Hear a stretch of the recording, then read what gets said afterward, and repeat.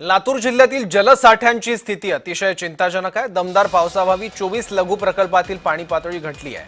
8 मध्यम प्रकल्पात केवळ 18.95% पाणी साठा उपलब्ध झाला आहे। लातूर शहराला पाणी पुरवठा करणाऱ्या मांजरा नदीवरील प्रकल्पातून या स्थितीचा आढावा घेतलाय। जय महाराष्ट्रचे प्रतिनिधी अजय घोडके यांनी पाहूया।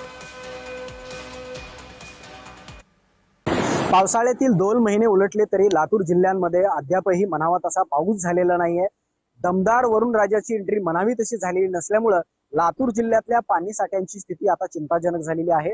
मी सध्या उभा आहे लातूर जिल्ह्यातल्या मांजरा नदीवरील नागझरी या धरणावरती आणि आपण जर पाहिलं तर या ठिकाणी मागच्या 2 ते 3 दिवसापासून झालेल्या पावसामुळे या ठिकाणी तब्बल 10 ते 12% पाणी साठ्यामध्ये वाढ झालेली आहे।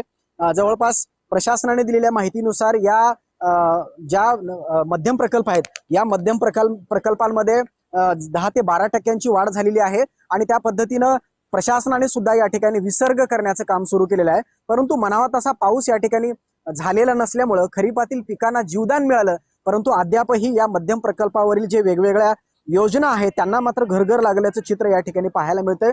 लातूर शहराला पाणी पुरवठा करणाऱ्या मांजरा धरणावरील या नागझरी या ठिकाणी धरणामध्ये या ठिकाणी जवळपास 60 ते 65% पाणी साठा उपलब्ध असल्याचं सांगण्यात आलेलं आहे।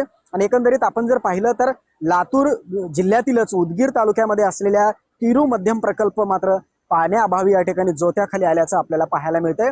मोठा पाऊस होणं सुद्धा अपेक्षित आहे, परंतु मागच्या 2 महिन्यापासून म्हणावा तसा मोठा पाऊस झाला नसल्यामुळे लातूर जिल्ह्यातील जलसाठ्यांची स्थिती चिंताजनक झाल्याचं चित्र आपल्याला पाहायला मिळतंय।